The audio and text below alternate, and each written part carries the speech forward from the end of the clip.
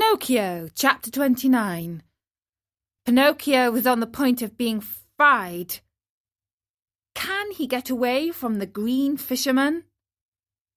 Mindful of what the fisherman had said, Pinocchio knew that all hope of being saved had gone.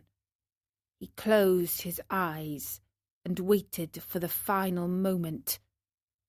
Suddenly, a large dog, attracted by the odour of the boiling oil, came running into the cave. "Get out!" cried the fisherman threateningly, and still holding on to the marionette, who was all covered with flour. But the poor dog, who was very hungry and whining and wagging his tail, he tried to say, "Give me a bite of the fish, and I'll go in peace." "Get out, I say!" repeated the fisherman, and he drew back his foot to give the dog a kick. Then the dog, who being really hungry would take no refusal, turned in a rage toward the fisherman and bared his terrible fangs. And at that moment a pitiful little voice was heard saying, "Save me, Alidoro! If you don't, I'll fry!" The dog immediately recognized Pinocchio's voice. Great was his surprise to find that the voice came from the little flour-covered bundle that the fisherman held in his hand. Then what did he do? With one great leap he grasped that bundle in his mouth, and holding it lightly between his teeth, ran through the door and disappeared like a flash. The fisherman, angry at seeing his meal snatched from under his nose, ran after the dog, but a bad fit of coughing made him stop and turn back.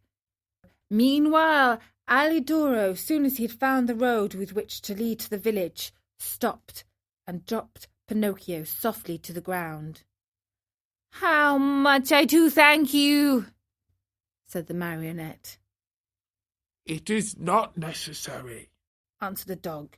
"You saved me once, and what is given is always returned.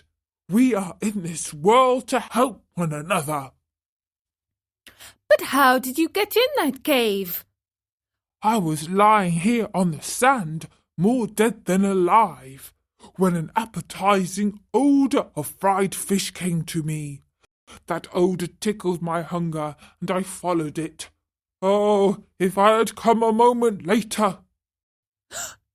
"Don't speak about it," wailed Pinocchio, still trembling with fright. "Don't say a word. If you had come a moment later, I would be fried, eaten, and digested by this time. Brrr! I shiver at the mere thought of it." Alidoro laughingly held out his paw to the marionette, who shook it heartily, feeling that now he and the dog were good friends. Then they bid each other good-bye, and the dog went home. Pinocchio, left alone, walked towards a little hut nearby, where an old man sat at the door sunning himself, and asked, "Tell me, good man, have you heard anything of a poor boy with a wounded head, whose name was Eugene?" "The boy was brought to this hut, and now—" "Now he is dead?" Pinocchio interrupted sorrowfully. "No, he is now alive, and he has already returned home." "Really?" cried the marionette, jumping around with joy. "Then the wound was not serious." "But it might have been, and even mortal," answered the old man, "for a heavy book was thrown at his head." "And who threw it?" "A schoolmate of his, a certain Pinocchio." "And who is Pinocchio?" asked the marionette, feigning ignorance. "They say he is a mischief maker, a tramp, a street urchin." "Calumnies! All calumnies!" "Do you know this Pinocchio?" "By sight," answered the marionette. And what do you think of him? I think he's a very good boy, fond of study, obedient, kind to his father and to his whole family. As he was telling all these enormous lies about himself, Pinocchio touched his nose and found it twice as long as it should be. Scared out of his wits, he cried out, "Don't listen to me, good man! All these wonderful things I have said are not true at all. I know Pinocchio well, and he is indeed a very wicked fellow, lazy and disobedient, who, instead of going to school, runs away with his playmates to have a good time." At this speech, his nose returned to its natural size. "Why are you so pale?" the old man asked suddenly. "Let me tell you. Without knowing it, I rubbed myself against a newly painted wall." He lied, ashamed to say that he had been made ready for the frying pan. "What have you done with your coat and your hat and your breeches?" "I met thieves, and they robbed me. Tell me, my good man, have you not perhaps a little suit to give me so that I may go home?" "My boy, as for clothes, I have only a bag in which I keep hops. If you want it, take it. There it is." Pinocchio did not wait for him to repeat his words. He took the bag, which happened to be empty, and after cutting a big hole at the top and two at the sides, he slipped into it as if it were a shirt. Lightly clad as he was, he started out toward the village. Along the way, he felt very uneasy. In fact, he was so unhappy that he went along, taking 2 steps forward and 1 step back. And as he went, he said to himself, "How shall I ever face my good fairy? What will she say to me when she sees me? Will she forgive this last trick of mine? I'm sure she won't. Oh no, she won't. I deserve it as usual. For I am a rascal. Fine on promises which I never keep." He came to the village late at night. It was so dark he could see nothing, and it was raining pitchforks. Pinocchio went straight to the fairy's house, firmly resolved to knock at the door. When he found himself there, he lost courage and ran back a few steps.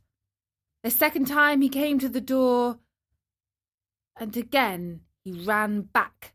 A third time he repeated his performance. The fourth time, before he had time to lose his courage, he grasped the knocker and made a faint sound with it. He waited and waited.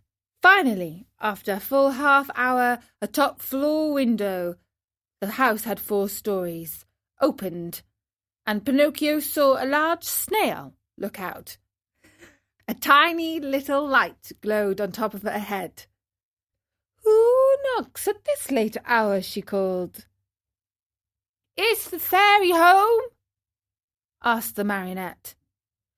"The fairy is asleep and does not wish to be disturbed. Who are you?" "It is I." "Who's I?" "Pinocchio." "Who is Pinocchio?" "The marionette, the one who lives in the fairy's house." "Oh, I understand," said the snail. "Wait for me there. I'll come down to open the door for you." "Hurry, I beg of you, for I am dying of cold." "My boy, I am a snail, and snails are never in a hurry." An hour passed. 2 hours. And the door was still closed. Pinocchio, who was trembling with fear and shivering from the cold rain on his back, knocked a second time. this time even louder than before. At that second knock, a window on the third floor opened, and the same Snail looked out. "Dear little Snail," cried Pinocchio from the street, "I have been waiting 2 hours for you. And 2 hours on a dreadful night like this are as long as 2 years. Hurry, please." "My boy," answered the Snail in a calm, peaceful voice. "My dear boy, I'm a snail, and snails are never in a hurry." And the window closed. A few minutes later, midnight struck. Then 1 o'clock, 2 o'clock, and the door still remained closed. Then Pinocchio, losing all patience, grabbed the knocker with both hands, fully determined to awaken the whole house and street with it. As soon as he touched the knocker, however, it became an eel and wiggled away into the darkness. "Really?" cried Pinocchio, blind with rage. "If the knocker is gone, I can still use my feet." He stepped back and gave the door a most solemn kick. He kicked so hard that his foot went straight through the door and his leg almost followed to the knee. No matter how he pulled and tugged, he could not pull it out. There he stayed, as if nailed to the door. Poor Pinocchio! The rest of the night he had to spend with 1 foot through the door and the other one in the air. As dawn was breaking, the door finally opened. That brave little animal, the snail, had taken exactly 9 hours to go from the 4th floor to the street. How she must have raced! "What are you doing with your foot through the door?" she asked the marionette, laughing. It was a misfortune. "Won't you try, pretty little snail, to free me from this terrible torture?" "My boy, we need a carpenter here, and I have never been one." "Ask the fairy to help me." "The fairy is asleep and does not want to be disturbed." "But what do you want me to do, nailed to the door like this?" "Enjoy yourself counting the ants which are passing by." "Bring me something to eat at least, for I'm faint with hunger." "Immediately." In fact, after 3 hours and a half, Pinocchio saw her return with a silver tray on her head. On the tray there was bread, roast chicken, fruit. "Here is the breakfast the fairy sends to you," said the snail. He stepped back and gave the door a most solemn kick. He kicked so hard that his foot went straight through the door and his leg followed almost to the knee. No matter how hard he pulled and tugged, he could not pull it out. There he stayed as if nailed to the door. Poor Pinocchio! The rest of the night he had to spend with 1 foot through the door and the other one in the air. As dawn was breaking, the door finally opened. The brave little animal, the snail, had taken exactly 9 hours to go from the 4th floor to the street. How she must have raced!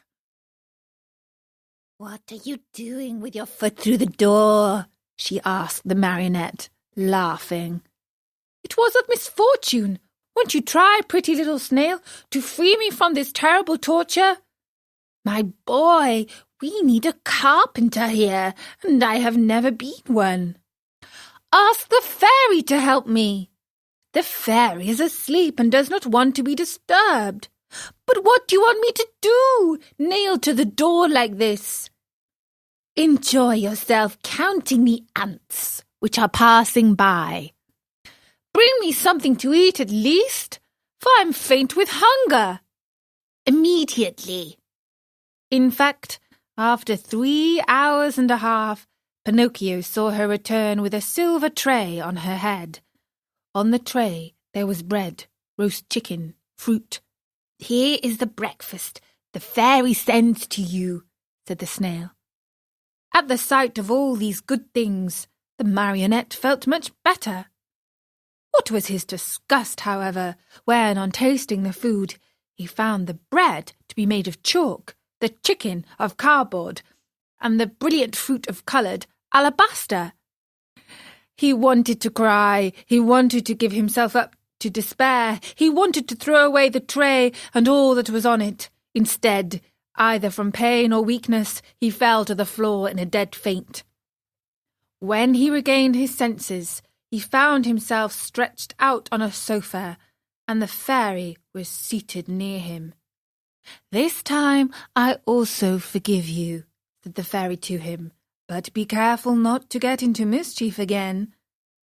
Pinocchio promised to study and to behave himself, and he kept his word for the remainder of the year.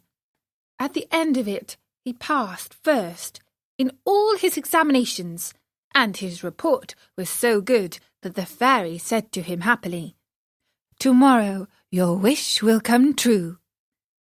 "And what is it?"